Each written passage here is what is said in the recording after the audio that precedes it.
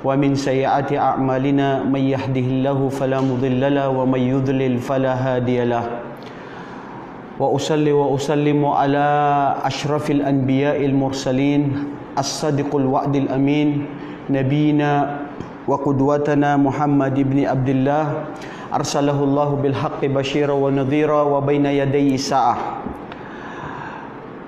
اللهم لا علم لنا إلا ما علمتنا إنك أنت العليم الحكيم اللهم علمنا ما ينفعنا وانفعنا بما علمتنا وذكرنا ما نسينا وتب علينا ولوالدينا ولسائر المسلمين في كل مكان أما بعد السلام عليكم ورحمة الله تعالى وبركاته.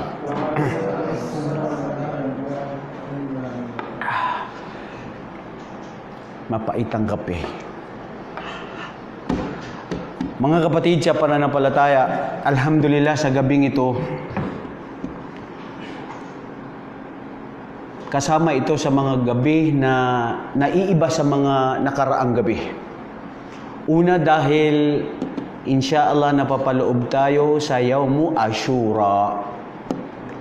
Ito yung araw na kung saan ay pinag-utos ng propeta sallallahu alaihi wasallam bilang sunnah na mag-ayuno ang mga kamusliman bilang pasasalamat sa Allah subhanahu wa ta'ala at pag-aalaala doon sa kaganapan na nangyari kay Propeta Musa alayhi salatu wassalam, 10 ng kanyang mga kasamahan sa mga angkan ni Israel doon sa malupit na pagpaparusa sa kanila ni Firaun. At sa mga araw na ito kung saan sila ay nailigtas. At ito rin yung araw na kung saan nahati ang dagat. Kalugod-lugod sa Allah, kung tayo ay mag-ayuno bukas na ika-10 ng Ashura hanggang isang araw, hanggang Tuesday, kung sino rin yung nag-ayuno ngayon, o di kaya kahapon, kasi pwede rin 8, 9, 10, pwede rin 9, 10, at saka pwede rin 10 to 11. At pwede rin isang araw lang. Sa Yawmu Ashura, lalong-lalo na yung mga tao na very busy sa trabaho, sa lugar na kung saan nandoon sila ay nahihirapan mag-ayuno. Ang Islam naman ay napakadaling relihiyon. Dahil la yukallifullahu nafsan illa us'aha, hindi ipinipilit o sapilitan o gusto ng Allah na pahirapan ang kanyang alipin na magsagawa ng pagsamba sa kanya. Ang gusto ng Allah subhanahu wa ta'ala, yuridullahu bikumul yusra wa la yuridu bikumul usr. Hindi gusto sa inyo ang ito ay pahirapan kayo. Ngayon mga kapatid, sa gabing ito, marami na tayong napapag-usapan patungkol sa mga mabubuting gawain. Mga bagay na pwede tayong makapasok sa paraiso. Mga gawain na kung saan lalo pa tayong kalulugdan ng Allah. Dahil siyempre naman ang buhay natin dito sa mundo, fastabiqu bil khairat, makipag-unahan kayo sa paggawa ng kabutihan. Dito sa mundo, tayo ay nagpapaligsahan ng mga karamihan ay mga makamundong bagay. Hindi ba, Omar? Katulad ng mga palamuti sa mundo. Na gusto mong marami yung meron ka. Omar, anong gusto mo ng marami? Ikaw, dagdag. Gusto natin lagi maraming dagdag. Pati nga pagkain ka, pag hindi ka satisfied, yalla, zid rus, dagdagan mo. Di ba? Kung isa lang ang kotse mo, kung gusto mo may bago pa, dagdagan din to. Di ba? Ang anak mo, isa lang, dalawa, gusto mo pa, dagdagan. Ang sweldo mo, sige. I ask you frankly. Honestly speaking, kung ano yung sweldo mo ngayon, wallahi hindi ka nagnanais na, ya Allah, ito lang ang sweldo ko ngayon at wag na ako madagdagan. Dahil ninanais natin na dagdag. Yan ang buhay sa mundo. Nagpaparami tayo. Gusto natin ng marami. Pero, minsan, itong pagpaparami na ito pala yung pwedeng makasira sa atin. Kaya bagat naman sapat na kung anong ibinigay sa iyo ng Allah, pwedeng dagdagan, pwedeng bawasan, pero ang isang Muslim, tinatanggap niya na ito ay mula lahat sa kanyang Panginoon. At siya ay kontento sa anuman ibinigay niya.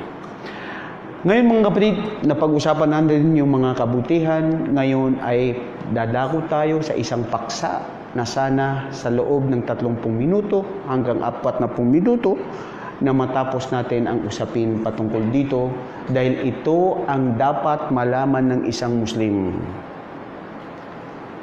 Lahat tayo dito sa mundo, nilikha ng Allah, mga Muslim, mga jin, ang mga tao, lahat para sambahin ang Allah subhanahu wa ta'ala. Ngunit, kaakibat sa ating pagsamba sa Allah sa paggawa ng kabutihan na tayo ay nagkakasala. Ulitin ko, nagkakasala, nagkakamali at nakakalimot dahil tayo wa khuliqal insanu dha'ifa. Nilikha namin ng tao na marupok at mahina at makasalanan. At walang alam, mangmang, at gusto niya ang mga bagay na ipinagbabawal ng kanyang Panginoon.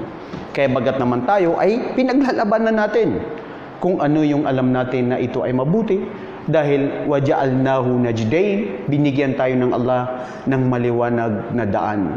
Daan patungo sa paraiso at daan patungo sa impyerno kung saan tayo ay binigyan ng freedom of choice.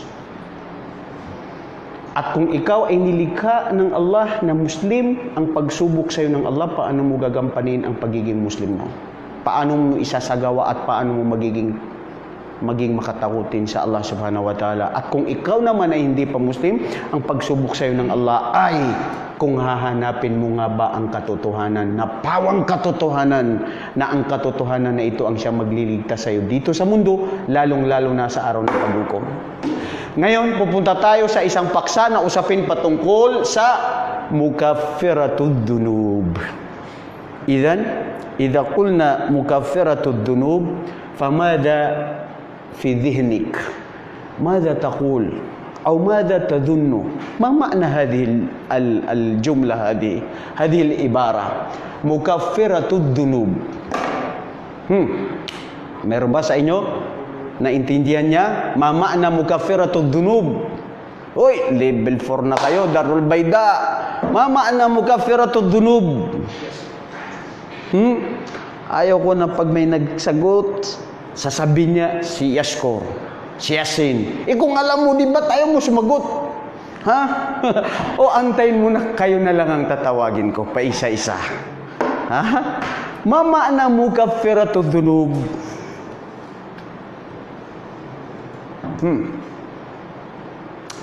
Ma ma'na dhunub? Idha qila laka, ya akhi, ma ma'na dhunub? Nakuha nyo na yan noon. Naisulat na natin. Allah, nakakalimot kayo. Yes, ano yun, Yasin? Ad-dunub, ma'nahu? Jam'u? Plural yan eh. Dunub. Anong singular niya? Dhambun. Dhambun ay kasalanan. Ad-dunub bima'na plural ng mga kasalanan. Tayo ito, makasalanan tayo. Pero mahal ng Allah ang makasalanan na humihingi ng kapatawaran, ng tauba. At ito ang ating kukunin ngayon gabi. Paano natin ito makakamit?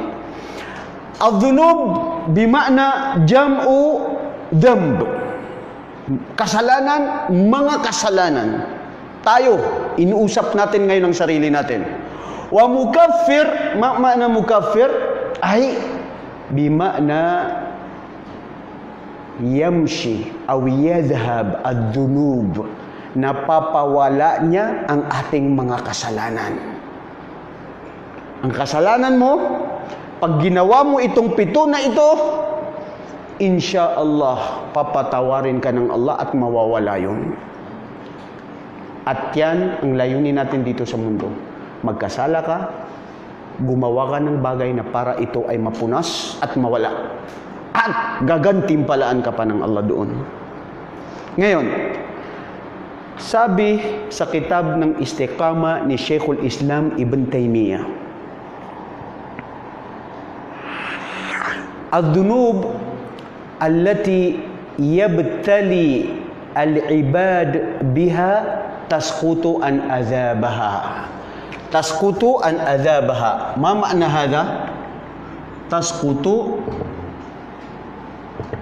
an adhabaha. Tasqutu an adhabaha. Ish ma'na hadha? Ang mga kasalanan na mapapawala niya dahil ang mga kasalanan na ito ay pagsubok ng Allah din sa atin. Yes, pagsubok. Ang lahat ng ibinigay ng Allah sa atin, pagsubok. Sa pamamagitan nun, doon ka nagkakasala sa mga pagsubok na yun na biyaya na ibinigay sa iyo ng Allah. Asawa, nagkakasala ka sa kanya. Mga anak, nagkakasala ka rin kung hindi mo ibibigay ang kanilang karapatan. Ang mga magulang, ang kayamanan, ang kaalaman, ang buhay mo, ang sarili mo, lahat ng ibinigay sa iyo ng Allah subhanahu wa ta'ala, mga biyaya ito na ito ay dito ka susubukan at pwede kang magkasala kung ito ay hindi mo susundin ano ang dapat na itinalaga ng Allah subhanahu wa ta'ala na para gawin ito at itupad ayon sa kanyang kagustuhan.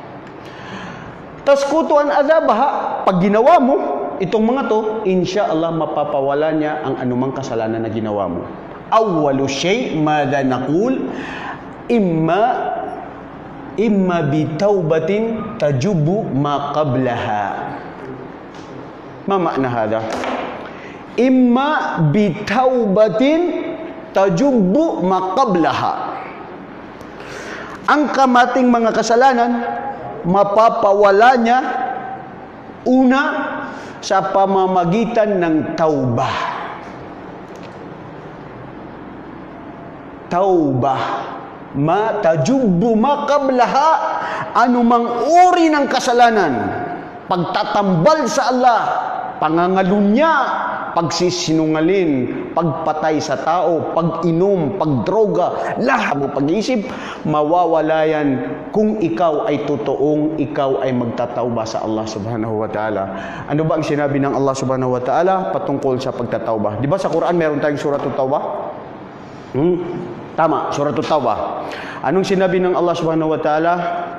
Tinawag niya ang mga mananampalataya. أعوذ بالله من الشيطان الرجيم يا أيها الذين آمنوا توبوا إلى الله توبة نصوحا عسى ربكم أن يكفر عنكم سيئاتكم ويدخلكم جنة. الله أكبر. Tinawag ng Allah, o kayo na mga mananampalataya, naniniwala sa kaisahan ng Allah, tubu ilallahi taubatan nasuha. Magbalik loob kayo sa Allah. Magsisi kayo sa inyong mga kasalanan. Taubatan nasuha. Asa rabbukum ay yukaffira ankum sayiatikum. Dahil sa pamamagitan ng inyong pagtatauba, ang Allah subhanahu wa ta'ala ay ipapatawad niya ang lahat ng inyong mga kasalanan. Kung totoo na kayo ay magtatauba, wa yudkhilakum jannah. Ito ngayon ang jannah. Very controversial ngayong mga araw ngayon ng jannah, ang paraiso na ito. Okay, so ngayon, yudkhilakum jannah, papapasukin kayo sa paraiso. Allahumma amin ya Rabb. Wallah, wala tayong tunay na hinahangad dito sa mundo maliban sa paraiso. Dahil ang mundong ito ay walang saya. Lahat panandalian. If you are looking for the real happiness, you are wrong, my friend. If you are looking the real happiness here in this world, because everything in this world is only temporary. Ang tunay na saya doon sa Musa, saan? Sa kabilang buhay, sa paraiso. Paraiso ng Allah. Allahu Akbar. Ngayon, at tauba, may mga tauba na pwedeng tanggapin ng Allah, may tauba na hindi niya pwede tanggapin. Ano ang kondisyon ngayon sa tauba? Di ba? Uy, nakuha niyo yan sa tauhid, nakuha niyo sa hadith, sa fiqh. Ano ang kondisyon ng tauba? Lahat ng gawain hindi pwede kung walang kondisyon. Okay, very good. Musa, anong kondisyon? Una. Al-ikhlas, very general siya. Very general. Kasi pag sinabi mong ikhlas, nandun siya sa, napapaloob dun sa sinasabi nating mga syurutu tawbah. Awalan, an nakuna ta'atarifu. Al-i'tiraf bi annaka fa'alta dhanban.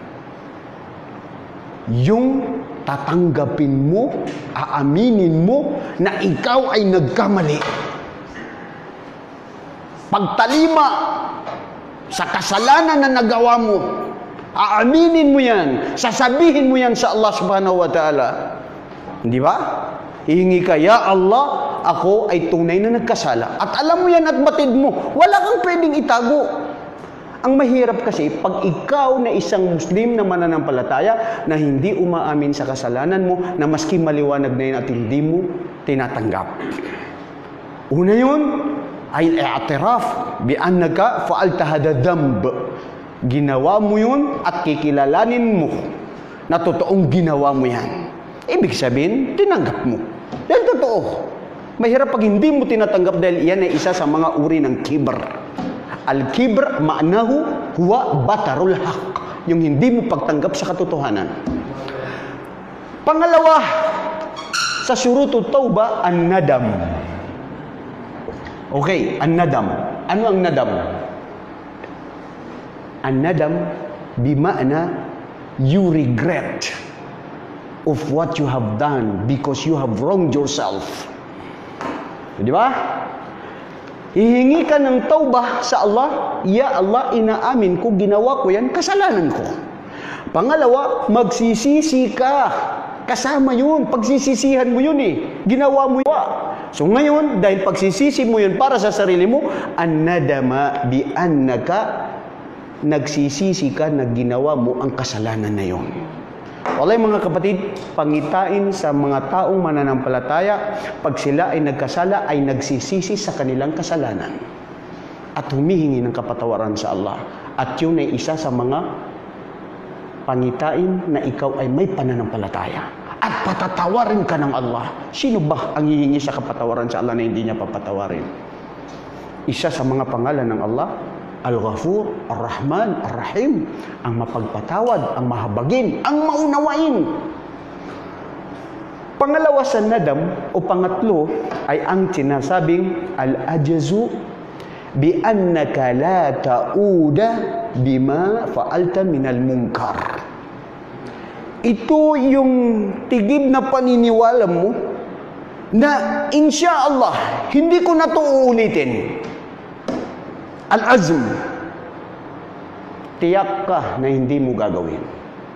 Ang mahirap, nagtauba ka, iniisip mo, bukas gagawin mo na naman. Hindi yun tauba. Ang pagtatauba ay sa puso at isipan mo, sa buhay mo, sarili mo, na hindi mo na yun gagawin. Kung mangyari na naman uli,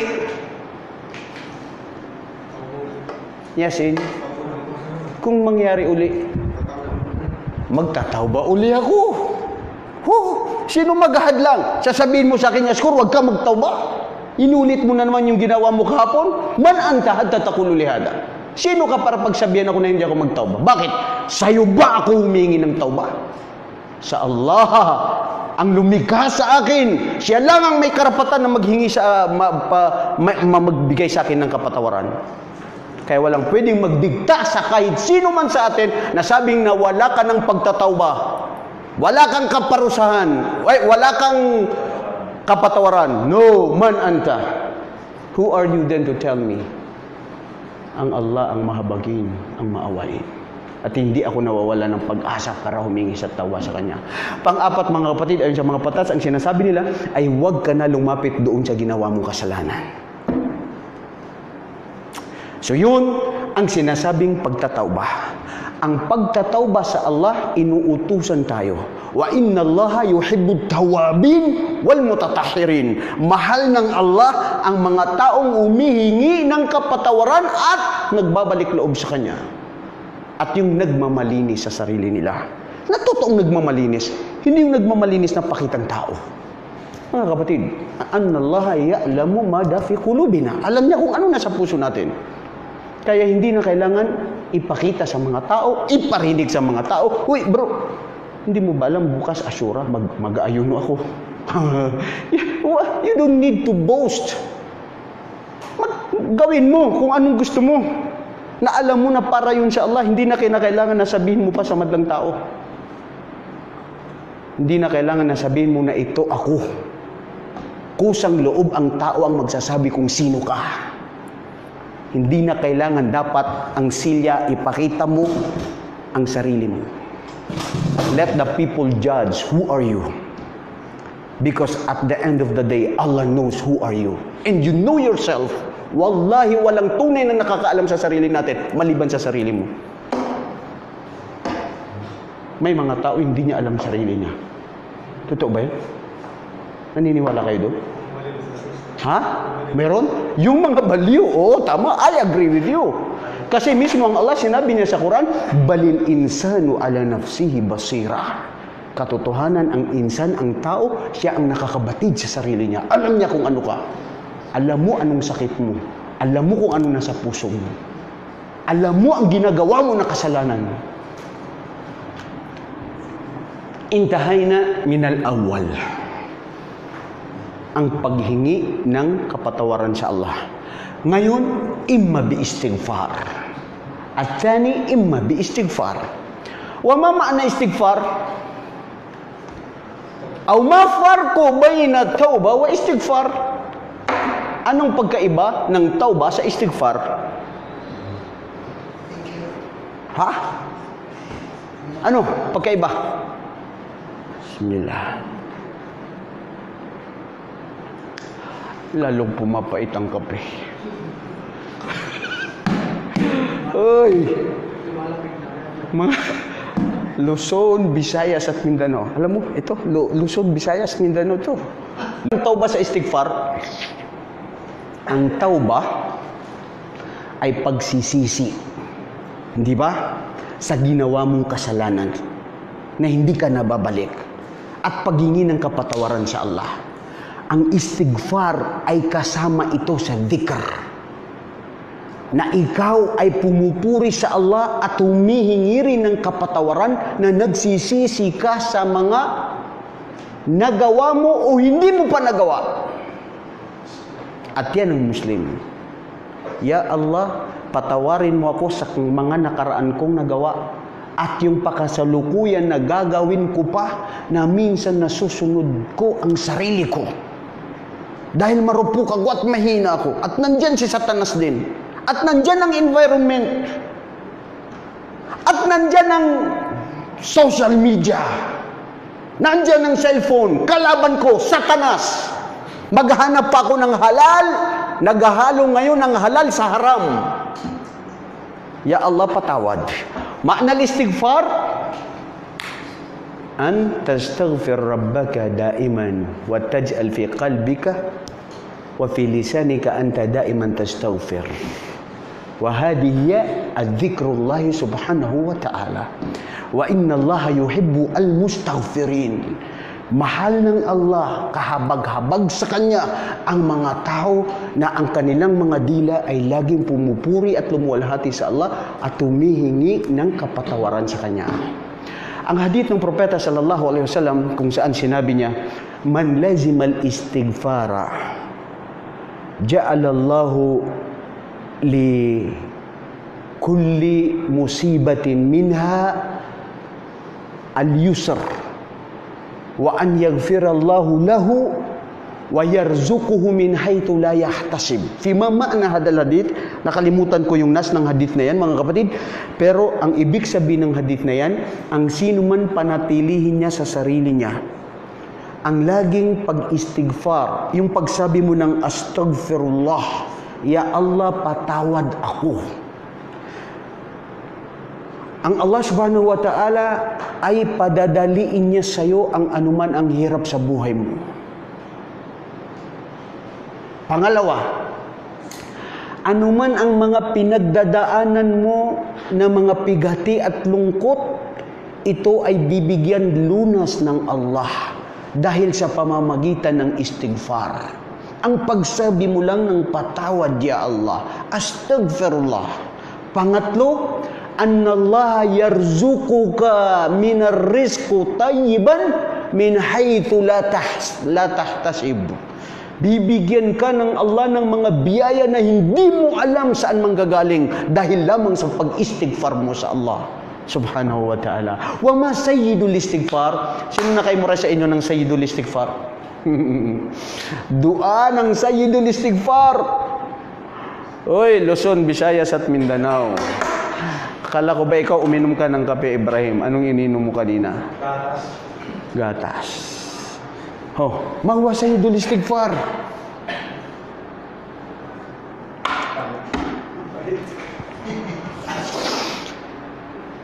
Allahumma anta rabbi la ilaha illa anta khalaqtani wa ana abduk wa ana ala ahdik wa wa'idduka mastata'tu a'udhu bika min syarri ma sana'tu abu'u laka bi dhanbi faghfirli fa innahu la yaghfiru dhunuba illa ant.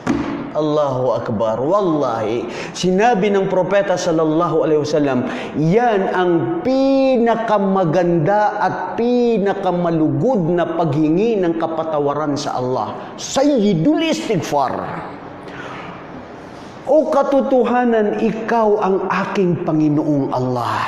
Allahumma anta rabbi. Walang Diyos na nararapat sambahin, paglingkuran maliban sa iyo. La ilaha illa anta subhanaka inni kuntu minadh-dhalimin. Pati sa Quran nabanggit yan nung si Propeta Yunus alayhi salatu wasalam. O Allah, ako ay nagkasala. Alam ko ang kasalanan ko. Patawarin mo ako sa aking kasalanan. Ako ay nananalig sa iyo. Allahumma anta rabbi la ilaha illa anta subhanaka inni kuntu minadh-dhalimin. Kung makikita natin mga kapatid, Sayyidul Istighfar, akala ko ba lumabas na yan sa exam ninyo yung Sayyidul Istighfar? Wala pa ba? Na-memorize na. Okay. So ngayon, huwag niyo sabihin na wala na yung Sayyidul Istighfar. Wallahi mga kapatid, ang ating pag-aaral, ang ating pag-i-exam, hindi lang dito sa klase na ito. Bakit ba tayo nag-aaral? Ya Sheikh Omar, limadha nahnu nadrus? Lianna hadha nutabiqu li hayatina. Para ito ay isabuhay natin. Na-memorize mo ang Sayyidul Istighfar, kahit saan ka pumunta, sabihin mo. Allahumma anta rabbi, la ilaha illa anta, khalaqtani, nilikha mo ako. Wa ana ala ahdik, ako ay nasa kup-kup mo, aking Panginoon. Tinatanggap ko ang kasalanan ko. Walang pwedeng magpatawad maliban sa iyo. Ya Allah, patawad dahil ikaw lang magbibigay sa akin ng kapatawaran. Inaamin mo nagkasala ka, naghihingi ka ng kapatawaran sa Allah, kalulugdan ka niya. Wallahi mga kapatid, ang dila natin, kung sino yung tao na magkaroon na lagi nag-iistighfar sa Allah ay kalugod-lugod sa kanya, magsasaksi ito sa araw ng paghukom.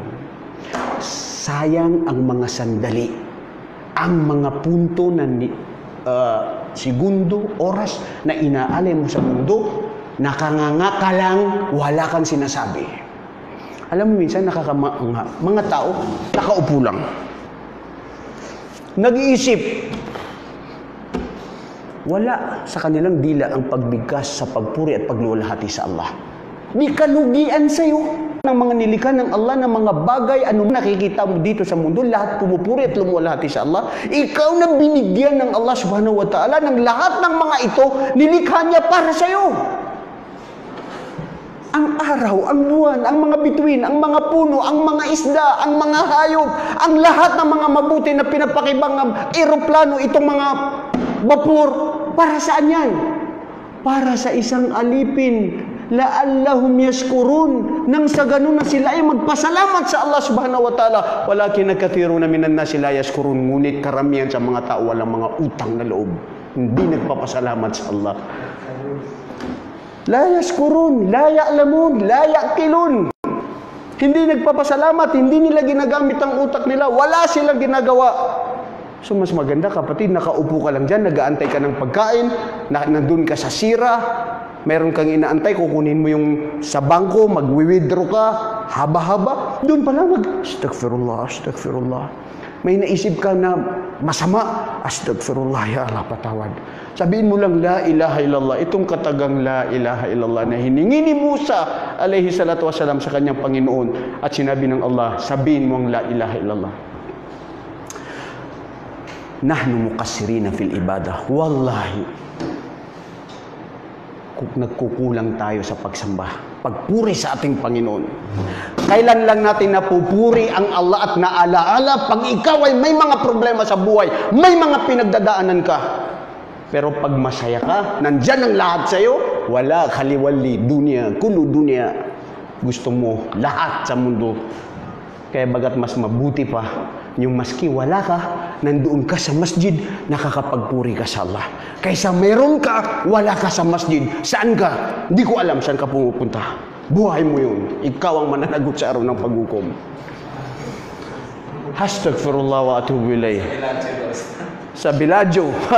Pumupunta ka sa Biladyo? Ha? Ikaw, Ibrahim? Astaghfirullah, ya Allah, patawarin kami. Ang pangatlo, mga kapatid, wa imma bihasanatin yudhibna sayiat. Allahu Akbar. The beauty of Islam, where you can find this only in this religion. Allah has chosen to humanity, not only to the Muslims, but for all the people who want to be guided.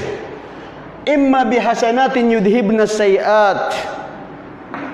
Nawawala ang mga kasalanan mo sa pamamagitan ng pagtauba at istighfar, kasama pati ang mga hasanat, ang mga gawaing mabuti na napapawalaan niya ang mga kasalanan na ginawa mo. Allahu Akbar ya Rab, alhamdulillah, alladhi hadana lil Islam.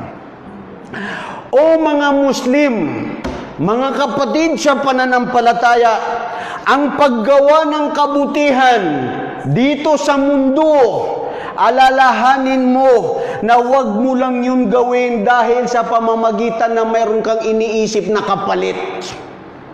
Gawin mo yun, hindi dahil kaibigan mo, kamag-anak mo, tumulong ka, gumawa ng kabutihan dahil ang nanaisin mo ay para kalugdan ka ng Allah. Dahil ang ninanais mo ay ang gantimpala ng Allah at hindi gantimpala. At alam mo ba, pag gumawa ka ng kabutihan, al-ajar, pag gumawa ka ng kabutihan, ang gantimpala nun, yung kasalanan mo na ginawa mo, mawawala. Dahil gumawa ka ng mabuti. Di ba? Ano yung hadith ng propeta sallallahu alaihi wasallam regarding this matter? Yung yudhib na sayiat. Very good, mashallah. Ittaqillaha idza ma kunta. Ha? Yun ba yun? Ittaqillaha idza ma kunta ghafilan. La, syair yun eh. Syair ni Imam Shafi'i. Ittaqillaha min haythu ma kunta. Wa ano? Watba'i sayyi'ati hasanat tam'uha. Wa khaliqin nasa bi khuluqin hasan. Ya Rabb, katakutan mo ang Allah saan ka man naroroon at sundan mo ng mabuting gawain ang ginawa mong kasalanan dahil mawawala ang kasalanan na ginawa mo dahil sa paggawa mo ng gawaing mabuti. Sa Quran, anong sinabi ng Allah? Ulaika yubaddilullahu sayi'atihim hasanat. Wa kana Allahu ghafurur rahima. Yaong sila na mga gumawa ng mga kasalanan na nagtauba sa Allah at gumawa ng mga kabutihan, mawawala ang mga gawain nila na masama dahil sa paggawa nila ng kabutihan. Ano ang mga gawaing kabutihan? Pagtulong sa kapwa, pagresolba sa problema. Ano ba? Pagpapakain sa kapwa. Nagsasabi ka pa, hindi pa naman nagsweldo ngayon. Antahin mo yung pagsweldo, magluluto yan si Musa ng spaghetti. Alam mo, hindi ako kumakain ng spaghetti. Pero kung ikaw magluluto, spaghetti na may biko. Uy, masarap yan. Uy, Ibrahim, reserva mo yung native mo na kape doon, gikan sa Cotabato, ha? Kalilingyan ko ni Cotabato, spaghetti with biko. Inshallah, darating kami niyan. Musa. Ano yun? Bihasanatin yudhibna sayat. Pagpapakain sa tao, pag-iimbita sa tao na pagbibigay ng nasiha, magandang mga payo, pagbibigay ng regalo, pakikitungo ng mabuti sa ating mga magulang, sa ating mga asawa, sa ating mga anak, kamag-anak, kaibigan. Pag nakita mo yung isang bagay na ito ay makakapinsala sa tao, tatanggalin mo yun. Yan ang mga gawaing ma'ruf na mabuti. Dahil ang pinakamabuting tao dito sa mundo ay ang taong gumagawa ng kabutihan. So, ibig sabihin, ang mga gawain pala nating mabuti, mga kapatid, ay pwedeng mapawalan niya ang ating mga kasalanan. Kaya bagat naman pag gumawa tayo ng mabuti, intensyon natin para sa Allah subhanahu wa ta'ala. Arabi, ano yung pang-apat? Ang pang-apat, bidu'ail muslimin wa syafa'atihim.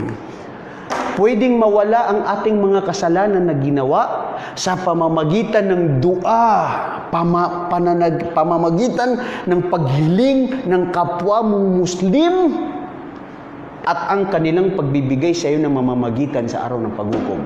Hindi mo ba alam, kapatid, na yaskor sa araw ng paghukom kung ikaw ay bibiyayaan ng Allah ng paraiso? Allahumma amin. At mayroon kang kaibigan na siya ay nakapasok sa imperno, pwede mong hilingin sa Allah na, ya Allah, gusto ko makita ang kaibigan ko. At wallahi, ibibigay sa iyo yun ng Allah. Dahil hindi gusto ng Allah na ikaw ay magiging masama, manumbay, at malungkot at may kulang sa paraiso. Lahat ibibigay sa iyo sa paraiso. Yung halal ang ibibigay sa iyo sa paraiso. Yung katanggap-tanggap ng pag-iisip. Ya Rabbi, Allahu Akbar, Masya Allah. Sa paraiso ibibigay ng Allah. Yes. Yung taong nakapasok sa imperno, wag lang siya magtambal sa Allah. Dahil hindi gusto ng Allah na ikaw ay maging malungkot sa paraiso. Syafa'a. Bidua. Alam nyo ba, mga kapatid, ang duaul muslimin? Alam mong dua? Ang tao, dalawang klase para ikaw ay kalugdan ng tao. Mamahalin ng tao. Una, anong sinabi ng propeta sallallahu alaihi wasallam? Ehdi tahabbu. Magbigay ng regalo, magkakalapitan kayo ng puso. Magbigay ka sa tao na regalo mula sa iyo, pagmamahalan. Dahil sa pagmamahalan sa Islam. Uy, Masya Allah. Diba? Pagkain, gamit, anumang bagay. Pangalawa, dua.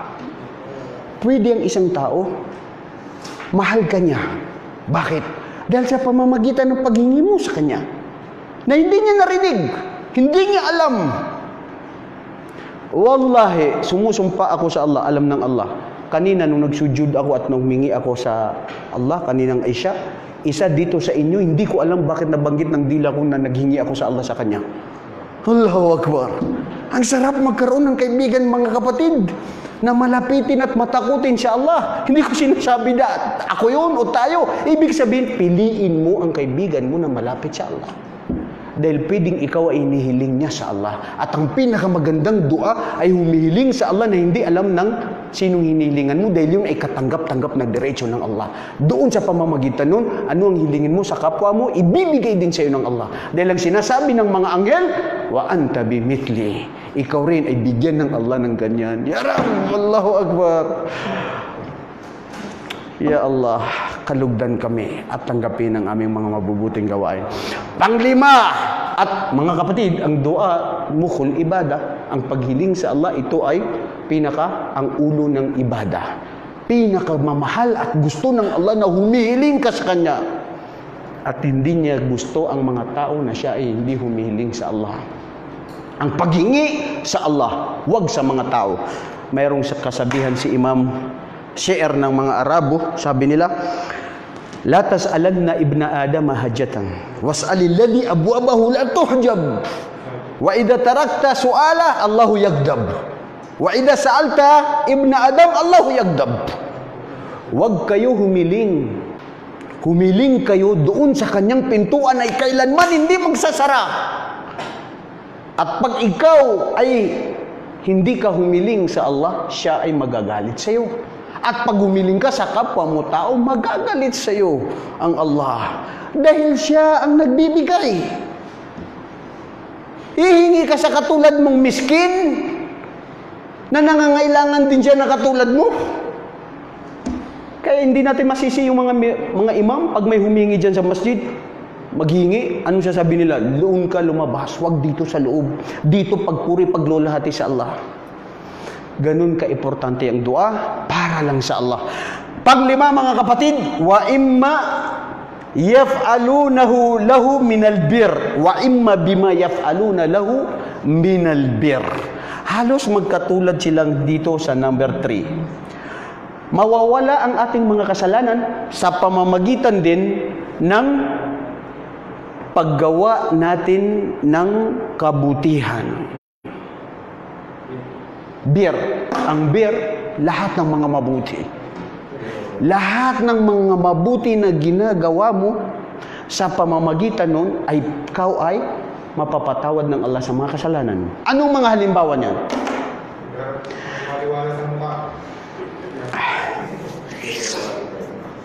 Maaliwalas ng muka. Ang birrul walidain yashkur, kasama yan sa bir. Pero wajib yan eh. Kasi pag hindi mo pinakitunguhan ng mabuti ang magulang mo, napakalaking kasalanan yan sa Allah. Yan ang kasunod doon sa paggawa ng kasalanan na shirk.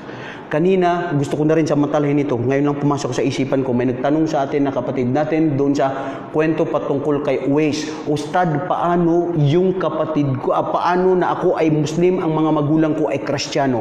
Wallahi, ang sinabi ng Allah subhanahu wa ta'ala sa Quran, wa in tujahadaka alla tushrika bima laysa laka bihi ilm fala tuti'huma wa sahibhuma fid dunya ma'rufa. Ito ay para sa inyo ng mga Kristiyano o di kaya para sa inyo ng mga Muslim na tumanggap sa Islam. Halimbawa, ang mga magulang mo ay Kristiyano at ikaw ay Muslim, anuman ang ipag-utos nila sa iyo, sundin sila. Pero wag nyo silang sundin, sabi ng Allah, kung sila ay utusan kayo na magtambal sa Allah o gumawa ng kasalanan. Ngunit, maski sila ay hindi naniniwala sa Allah at Muslim ka, pakitunguhan sila ng mabuting pag-aaruga at mayroong awa at pagmamahal at respeto sa kanila. Dahil, la ta'ata li makhluqin fi ma'syatil khaliq. Walang pagsunod sa nilikha doon sa pagsuway sa kagustuhan ng lumikha. Ano man ang pinag-uutos ng tao, kung ito ay tama, sundin mo, lalo na ang mga magulang mo. Pero kung ito ay labag sa kagustuhan ng lumikha ang Allah, hindi mo siya susundin. Katulad ng paggawa ng mga gripo. Uy, sa Dakatun Jariyah, di ba? Sa probinsya namin, may gumawa doon ng mga pulso. Yan, mga fa'alul khairat yan. Paggawa yan ng mga kabutihan. Yung daan, sinimento mo, meron kang pera, sinimento mo yun para lang madali ang pagpunta ng mga tao sa masjid. Allahu Akbar. Pumunta ka sa isang madrasa, yung mga bata. Kawawa ang mga sa amin sa Mindanao. Hindi na pwede natin yung kwento. Alam na natin, may mga madrasa, ang mga bata, mga eskwelahan nakatayo. Ako na-experience ko. Myself, when I was in high school. Hindi nga lang sa Dansalan College, yung sinunog, yung nasunog ng mga mauti. Hindi yun. Ang sinasabi ko, noon sa UTC, nag-aral din ako doon, alam mo, nakatayo lang kami. Subhanallah. Sabi ko, ano ba itong pag-aaral? Nakatayo. Kailangan meron kang upuan. Kailangan meron pang nakasulat yan. So, ano pa kaya yung na eskwelahan yun? Ano pa kayang madrasa? So, sacrifice. Ang paggawa ng kabutihan, alam mo na mabuti na ito'y pakikinabangan ng tao at ikaw ay papatawarin ng Allah sa iyong mga kasalanan. Malapit ng oras, mga kapatid, ang pang-anim, wa imma bi syafa'atin nabiyyi sallallahu alaihi wasallam wa ghairihi fihi yaumal qiyamah. Allahumma innana nas'aluka wa syafa'atun nabiyyi alaihi salatu wassalam. O mga kapatid, inihiling natin sa Allah na mapabilang tayo doon sa bibigyan ni Propeta Muhammad sallallahu alaihi wasallam na mamamagitan siya. Ang propeta ay mamamagitan siya. Sino? Sa kahit sino sa kanyang mga ummah. Pero hindi lahat. Hindi lahat magkakaroon siya ng mamamagitan. maliban lamang sa kanyang mga umma. Sino yung mga umma niya na mabibigyan niya ng syafa'ah?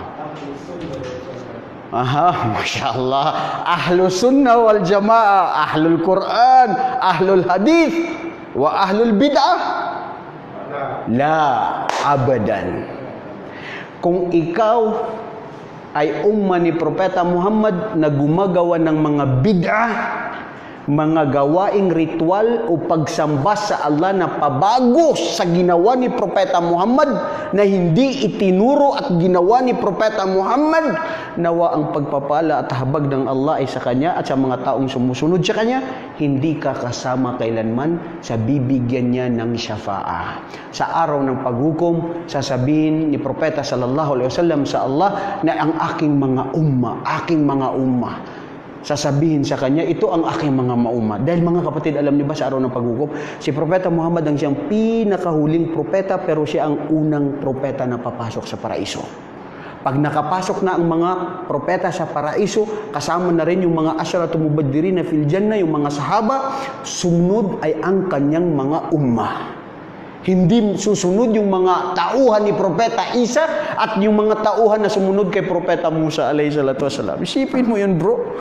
Insyaallah kung tayo yun, Allahumma amin, kung tayo yun, mauna tayo dun. Pero sasabihin sa kanya, Muhammad, hindi yan ng mga umma mo. Li'annaka ma ta'rifu ma dafa'ala indama anta mutta. Nung ikaw ay namatay na, Propeta Muhammad, hindi mo alam kung anong pinagagawa ng mga yan. Taliwas sa turo mo. Ang pagsamba mo sa Allah ay tama, gumawa sila ng pagsamba ng pagsasayaw na wala yun sa Islam. Yan, umma mo ba yan? Sumasayaw yan? Nagpapasindi-sindi ng mga, di ko alam anong mga sinisindi nila ng mga krayola o may mga music pa. Mayroong pagtatalon-talon, may pinapatay yung ilaw 3 beses sa isang araw, hindi 5 beses sa isang araw. Mga gawain na lahat ito ay taliwas sa turo ni Propeta sallallahu alaihi wasallam. Maski gusto kanya tulungan, hindi kanya matulungan dahil ikaw ay gumawa ng mga pabago sa Islam na hindi niya ginawa.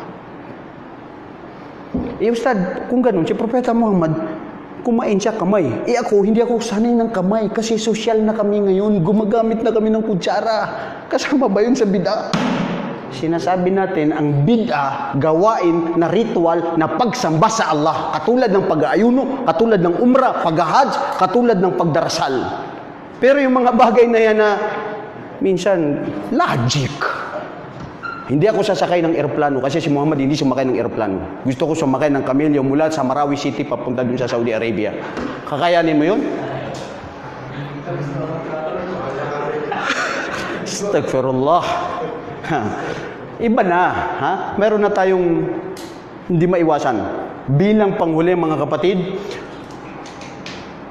wa imma an yukaffirallahu khatayahu bima yusibahu minal masaib.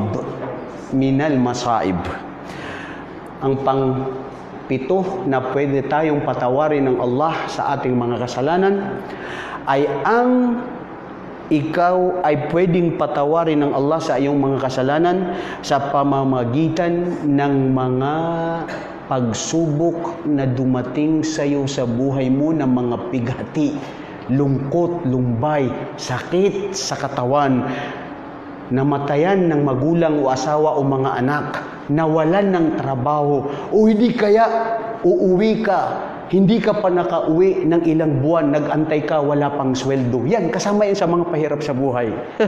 Wala tayong tinatamaan yan, pero yan ang nasasabi ko. Wallahi mga kapatid, anuman ang pinagdadaanan natin sa buhay na pahirap at lungkot, ito sa atin, pwedeng ito ay patawarin ng Allah. The big example for this is what happened in Marawi. O kayo na mga kapatid ko na mga Maranao, lahat tayo mga Muslim, kung kahit sino, nawalan kayo ng bahay, nasunugan kayo ng pera, nawala ang ari-arihan nyo, mga lupa nyo. Tatanggap, nawala yung passport, alhamdulillah, nakita uli yung passport ko.